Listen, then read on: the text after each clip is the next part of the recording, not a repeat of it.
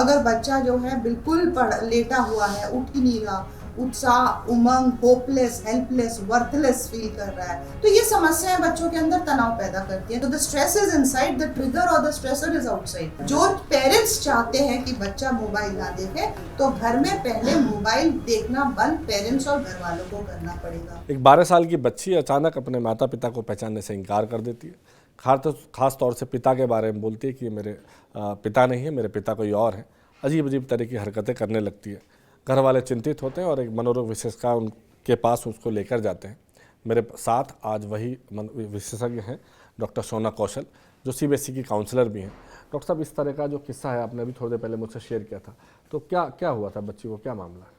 देखिए, ये मानसिक रोग है। मानसिक रोग आपको पता है आजकल तो एक पेंडेमिक की तरह, कोरोना से भी भयंकर की तरह फैल रहे हैं मानसिक रोग, क्योंकि मेंटल हेल्थ एक ऐसी चीज है जिसके बारे में चर्चा कम होती है, जागरूकता बहुत जरूरी है। बच्ची का किस्सा इस बच्ची के साथ ये हुआ था कि इस बच्ची को ये सबको पहचानने से इनकार कर रही थी, तो पेरेंट्स ने इसका कुछ स्कूल बदला था, स्कूल का कुछ प्रेशर था, जो देखा गया कि ये कह रही थी कि मेरे माँ बाप मेरे नहीं है, मुझे बहुत डांटते हैं ये, और मेरे असली माँ बाप कहीं और हैं, मेरे घर में मेरा जो भाई है वो मेरा असली भाई नहीं है, मेरा असली भाई कहीं और है। ये कन्वर्जन डिसऑर्डर की तरह एक मनोरोग होता है, जिसमें कि हम रियलिटी से दूर चले जाते हैं और हम अपने आप, और इसका मेन रीजन तनाव होता है कि कोई कन्फ्लिक्ट्स या तनाव या कोई प्रॉब्लम हमारे दिमाग में घूम रही है और उसका इतनी ज़्यादा घूम रही है, उसका कोई समाधान नहीं निकल रहा, हम प्रेशर में आ गए हैं, इसलिए हम उस चीज़ से बचने के लिए उसको कोप नहीं कर पाते हैं, तो हम एक अपनी पर्सनालिटी बनाने की सोचते हैं और हम सोचते हैं हम उसी दुनिया में हैं। अभी से बोर्ड परीक्षाएं चल रही हैं, तो क्या कुछ ऐसे केस हैं आपके पास जो आ रहे हों अलग तरीके, कुछ की किस तरह से बच्चे शिकायत कर रहे हैं, पेरेंट्स की किस तरह की शिकायतें हैं? बिल्कुल बिल्कुल, एग्जाम स्ट्रेस एक बहुत भयानक चीज़ होती है, और जब एग्जाम स्ट्रेस होती है तो बच्चा बहुत सारी मनोस्थिति, मनोरोग की प्रॉब्लम से जूझता है। पेरेंट्स हेल्प करना चाहते हैं, लेकिन वो भी कहीं ना कहीं अपना प्रेशर बच्चों पे डाल देते हैं। कई बच्चे ये कहते हैं कि मैम एक्चुअली याद नहीं रह रहा, भूल रहे हैं, बहुत सारा पढ़ा है, रिवीजन नहीं कर रहा, ये तो सामान्य सिचुएशंस है।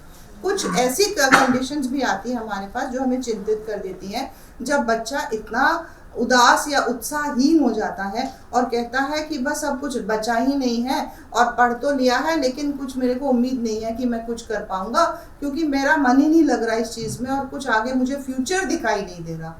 तो जब बच्चे ऐसा कहते हैं तो ये एक खतरे की घंटी है, और समझना है कि बच्चे के अंदर बहुत उथल पुथल चल रही है।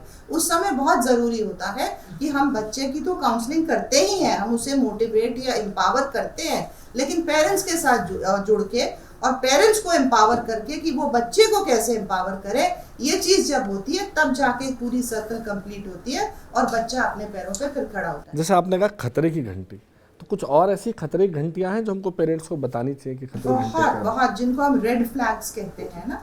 अगर बच्चा जो है बिल्कुल लेटा हुआ है, उठ ही नहीं रहा, उत्साह, उमंग, होपलेस, हेल्पलेस, वर्थलेस फील कर रहा है, गिल्ट में है, और या बच्चा बात ही नहीं कर रहा किसी से और गुमसुम बैठा हुआ। पहले ये सब नॉर्मल अगर होता है, बच्चा नॉर्मल हंसता बोलता है, लेकिन अब उसमें ऐसी चेंजेस आ गई हैं, या फिर वो मरने मराने की बातें करने लगता है कि जीवन में क्या रखा है, आगे मैं क्या करूँगा, कुछ बचा ही नहीं है। ये सब खतरे की घंटियाँ हैं। सेल्फ हार्म, अभी बहुत केसेस हमारे पास सेल्फ हार्म के भी आते हैं, जिसमें पेरेंट्स कहते हैं कि अपने को काट रहा है। कोई पर्टिकुलर केस आप कोट करेंगे? हाँ, एक पेरेंट का फोन आया था जिसमें वो पेरेंट कह रहा था कि कमरे में बंद है, कुंडी लगा रखी है, खोल नहीं रहा बिल्कुल भी, और पहले ऐसे नहीं था, पढ़ रहा था, लेकिन अब कुछ एग्जाम दे के आया, उसके बाद उसका ये हाल हो गया है। और जब कुंडी बहुत मुश्किल से खुली और उसने अंदर गए तो वो बच्चे ने अपने आप को कहीं कहीं काट रखा था। सेल्फ हार्म होता है ये क्यों करते हैं इंसान? It's something, it's a red flag कि वो इतना इमोशनल पेन है अंदर कि उस पेन को कम करने के लिए वो साइकोलॉजिकली फिजिकल पेन अपने को देते हैं ताकि वो पेन उनको कम लगे। ये सारे मनोरोग हैं और ये सब तनाव, जड़ तनाव है, और जड़ ये है कि समस्याओं का समाधान नहीं मिलता बच्चों को। नहीं, देखिए आमतौर पर मैडम हम जब बात करते हैं तनाव की तो सोचते हैं कि कभी नौकरी का तनाव, नौकरी में काम करने का, अभी भी बच्चा महज 10, 12, 15 साल का है, पढ़ाई के तनाव के अलावा तो क्या कुछ और भी चीज़ है जो उसको इस तनाव के घेरे में लेके जा रही है और हमको पता नहीं चल रहा है? जैसे अभी हम थोड़ी देर पहले बात कर रहे थे तो पता चला कि हम बच्चों को कई बार मोटिवेट करते हैं कि यू कैन डू इट, तुम कर सकते हो बेटा, टेंशन नहीं लो, चिंता मत करो। लेकिन पता चला कि ये भी उतना काम नहीं करता है, कई बार ये नेगेटिव भी इसके इम्पैक्ट्स होते हैं। एक्चुअली अगर हम बच्चे को कहेंगे, देखिए ब्रेन तो नेगेटिव चीज़ों को सोख करता है, तो हम बच्चे को कहेंगे तनाव मत लो, स्ट्रेस फ्री रहो, तो वो नेचुरली वो और ज़्यादा तनाव ही करेगा। तो हमें बच्चों को ऑपोजिट बोलना चाहिए, एंटीडोट की हैप्पी रहो। बहुत सारे कारण हैं, जैसे आपने पूछा कि पढ़ाई के अलावा और क्या क्या है। पढ़ाई के अलावा पीयर प्रेशर एक बहुत बड़ी चीज़ है जी। बच्चा अपने दोस्तों से ही परेशान है, दोस्तों से कंपेयर कर रहा है, दोस्तों की तरह बनने जा रहा है, उसे लगता है दोस्त मेरे से आगे निकल जाएंगे। दोस्त दिमाग पे हावी है, पीयर प्रेशर, ये बहुत बड़ी प्रॉब्लम है बच्चों के साथ। अब पीयर प्रेशर से कोप करने के लिए उसको पहले तो काउंसलिंग चाहिए, तरीके चाहिए और पेरेंट्स का सपोर्ट चाहिए जो हम उसे समझाते हैं और देते हैं। दूसरी चीज़ जो मैं देख रही हूँ, बुलिंग चीज़ बहुत है, और स्पेशली अब तो ऑनलाइन बुलिंग बहुत हो गई है, साइबर बुलिंग बहुत हो गई है, बॉडी शेमिंग है, या तेरे को हम ग्रुप से छोड़ रहे हैं। जैसे एक बच्चे का किसी का फ़ोन आया, वो कह रहा मुझे ग्रुप से ही हटा दिया गया, मेरे साथ वो जो मेरे 4 ग्रुप वाले हैं वो बात ही नहीं कर रहे हैं, उनको लगता है कि मुझे ये सब आता है और मेरे को पता है ये पेपर में क्या आएगा, मुझे पता है, मैं उनको बता नहीं रहा। मतलब आपका कहना है कि सोशल मीडिया ग्रुप से किसी को हटा देना, व्हाट्सएप ग्रुप से किसी को बाहर कर देना, ये भी मेंटल हेल्थ नहीं, वो तो है ही है। सो नेचुरली धक्का तो लगता ही है कि क्यों हटाया गया मुझे। It is of course demeaning. अगर आप किसी को किसी व्हाट्सएप ग्रुप से निकाल दें, ऑफ कोर्स हर्ट होता है बंदा, फिर उसकी रिजिलियंस पे है, उसकी इनर स्ट्रेंथ पे है कि वो कैसे कोप करता है। जिस बच्चे की मैं बात कर रही हूँ वो कह रहा है जो मेरे फिजिकल ग्रुप है, जो मेरा 4 दोस्तों का ग्रुप है, एग्जाम टाइम है, मेरे से बात ही नहीं कर रहे हैं। मेरे को वो कह रहा है तेरे को तो सब आता है, तुझे तो सब पता है, तो मेरे को तो वो भी हर्ट हो रहा है, फिर वो कट ऑफ हो रहा है सबसे। तो ये समस्याएं बच्चों के अंदर तनाव पैदा करती है। तनाव अंदर होता है, प्रॉब्लम बाहर होती है। दोस्त है, एग्जाम है, पीयर प्रेशर है, ये सारा बाहर है। उसके बारे में जो मेरी सोच है वो अंदर मेरे तनाव पैदा करती है। So the stress is inside, the trigger और द स्ट्रेसर इज आउटसाइड। तो ठीक करने की ज़रूरत क्या है? स्ट्रेस को तो ठीक करते ही हैं हम लोग, उनको स्ट्रेस मैनेजमेंट तरीके बताते हैं, डीप ब्रीदिंग करो, योगा करो, मेडिटेशन करो, बात करो, लेकिन थॉट प्रोसेस जो उस चीज़ को जोड़ रहा है, अपनी सोच को कैसे पॉजिटिव रखो, ये तो कोई बताता नहीं है स्कूल में या घर में या बच्चों को, पेरेंट्स को खुद ही नहीं पता। और सारी समस्या की जड़ हमारी सोच होती है। हम क्या सोच रहे हैं, कितना सोच रहे हैं और क्या नहीं, कितनी देर तक सोच रहे हैं। सो नेगेटिव थिंकिंग को कैसे पॉजिटिव बच्चों को बनाना है, ये बच्चों को सिखाना पड़ेगा, यही स्कूलों में आज जैसे अभी हम कोई बताता नहीं, अगर हम कुछ टिप्स पे कुछ चीज़ें आपसे बताएं कि ऐसा एटलीस्ट करेंगे तो कुछ लाभ होगा, तो कौन कौन सी वो 2-4 चीज़ें हो सकती हैं बच्चों के लिए, मेंटल हेल्थ के लिए? नंबर 1, अगर हम बच्चों को स्पेशली किसी से कंपेयर ना करें, बच्चों के तो बड़ों के लिए भी लागू है। Comparison it's a big stigma. Comparison का मतलब वो अच्छा है, तुम खराब हो, चाहे तुम आप कुछ भी कहो। हम कहते हैं वो उन बच्चों को लगता है, हीन भावना आ जाती है। क्रिटिसिज्म मतलब आलोचना करना, किसी पौधे को रौंद दो, इस तरह से वो हमारी सेल्फ एस्टीम को हर्ट करता है। क्रिटिसिज्म, कंपैरिजन और कंप्लेन करना। और पेरेंट्स बहुत कटाक्ष मारते हैं बच्चों पे जाने अनजाने में कि तू ये नहीं, तू है ही ऐसा, तो क्या करेगा बड़ा होके, महंगाई कितनी हो गई है। These are normal, but parents के लिए तो एक नॉर्मल टॉक है, लेकिन वो बच्चों के अंदर जाके कितना उस समय वैसे ही एक माना एग्जाम टाइम पे या व्हाटएवर या ग्रोइंग अप टाइम पे वो वैसे ही उनका मनोबल कम है। हमें बच्चों का मनोबल बढ़ाना है। अगर एक बच्चा अंदर से स्ट्रांग है, जिसको कहते हैं रेजिलियंस, अंदर की स्ट्रेंथ, तो वो बच्चा हर परेशानी का हल ढूंढ लेगा। हम लोग हल की बात करते नहीं है, रेजिलियंस बढ़ाने की बात करते नहीं है, प्रॉब्लम्स को डिस्कस करके ब्लेम करते रहते हैं। यही समस्या का जड़। इसमें से 2-3 चीज़ें आती हैं। आजकल नया ट्रेंड चला, खान पान को लेकर बहुत सारी बातें हो रही हैं। हम लोग भी सोचते हैं पहले खान पान ऐसा था, अब ऐसा हो गया। तो जो खाना खा रहे हैं, क्या वो मेंटल हेल्थ पे वो भी इम्पैक्ट डाल रहा है? हाँ बिल्कुल, डेफिनेटली मेंटल हेल्थ पे तो डालता ही है।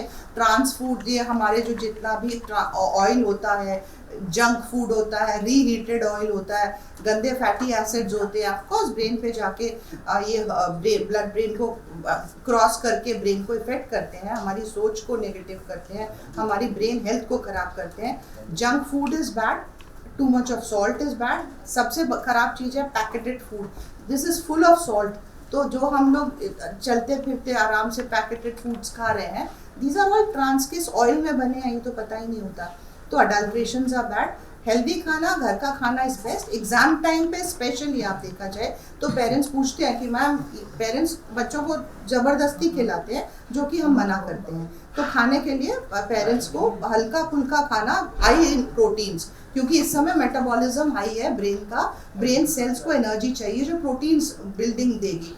High in proteins, low in carbohydrates. बहुत ज़्यादा हमें मीठा, दूध, दही, क्योंकि ये डाइजेशन में भी प्रॉब्लम करते हैं, तो ऐसा फूड देना चाहिए। क्या देना चाहिए? मुरमुरे, चने, दाल, चावल, खिचड़ी, दलिया, कॉर्नफ्लेक्स, दूध, नॉट हेवी पराठास। और एग्जाम टाइम पे जाके जब सुबह बच्चा एग्जाम के लिए जा रहा है, नाश्ते में ज़रूर कुछ ना कुछ उसको खिला के बच्चे को जाना है, वो भी जो बच्चा मांग रहा है। बिकॉज एम्प्टी स्टमक क्या होता है, ब्रेन को वो ऑक्सीजन या वो ग्लूकोज नहीं मिलता और वो उसकी थिंकिंग मेमोरी खत्म हो जाती है, रिट्रीव नहीं कर पाता। सो breakfast is a must.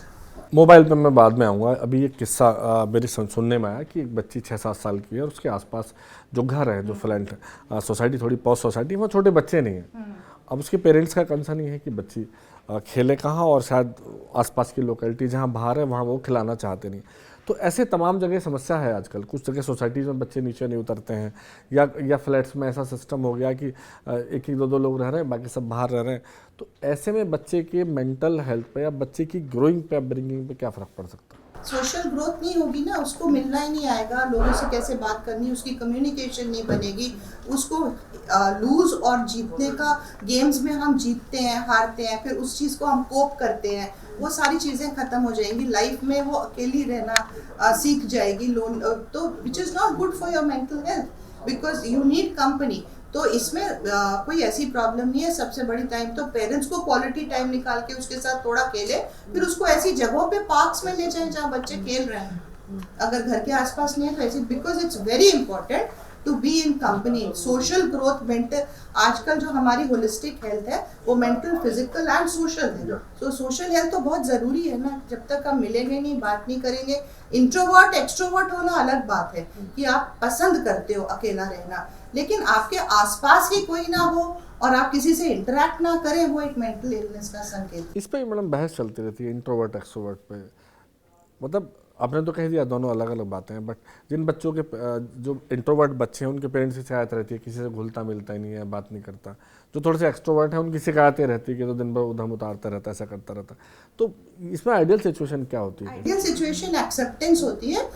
Introvert extrovert ये बड़ी जेनेटिक कॉम्बिनेशन से हम बनते हैं, हमारी पर्सनालिटीज है, both are good in their own ways, लेकिन दोनों में प्रोज और कॉन्स होते हैं, तो जो हमको बैलेंस करने हैं। अब उसमें बैलेंस करने के लिए सबसे पहले तो मेरे में शक्ति होनी चाहिए कि मेरे को ये चीज़ें अपने में चेंज करनी है। तो एक्सेप्टेंस बहुत ज़रूरी है कि मेरे में ये कमियां हैं और मुझे ये चीज़ें पूरी करनी है। पेरेंट्स में एक्सेप्टेंस होनी चाहिए कि हमारा बच्चा ऐसा है and he is very good, क्योंकि द मेन थिंग पेरेंट्स और बच्चे का बॉन्ड एक्सेप्टेंस से ही बनता है। अगर पेरेंट्स बच्चे को एक्सेप्ट करते हैं तो उसको क्रिटिसाइज नहीं करेंगे, उसको ताना नहीं मारेंगे, कंपेयर नहीं करेंगे, जो उसको और डिमोटिवेट करेगा। It's a very vicious cycle. इन दोनों एक चीज़, अभी मोबाइल के यूजेस पे मैं बात करने के चाह रहा था, पर एक सवाल पहले दिमाग में आ गया। आजकल सोशल मीडिया पे तमाम प्लेटफॉर्म मोटिवेशनल चीज़ों की बड़ी बहार आ गई है, हर कोई दूसरा आदमी मोटिवेशन दे रहा है, तमाम प्लेटफॉर्म है, चैनल्स हैं, तो इसका भी कोई इम्पैक्ट है? डेफिनेटली आपको कोई मोटिवेट करता है, आपको कोई एम्पावर करता है, अच्छा लगता है थोड़ी देर के लिए, बट इट इज़ दैट थोड़ी देर वाली बात ना, बाद में तो जो आप बेसिकली अंदर से हैं वही चलेगा ना। सो हम लोग जो साइकोलॉजी में हम लोग थेरापीज जो देते हैं, हम लोग ब्रेन अंदर पे जाते हैं, conscious subconscious, cognitive behaviour therapy.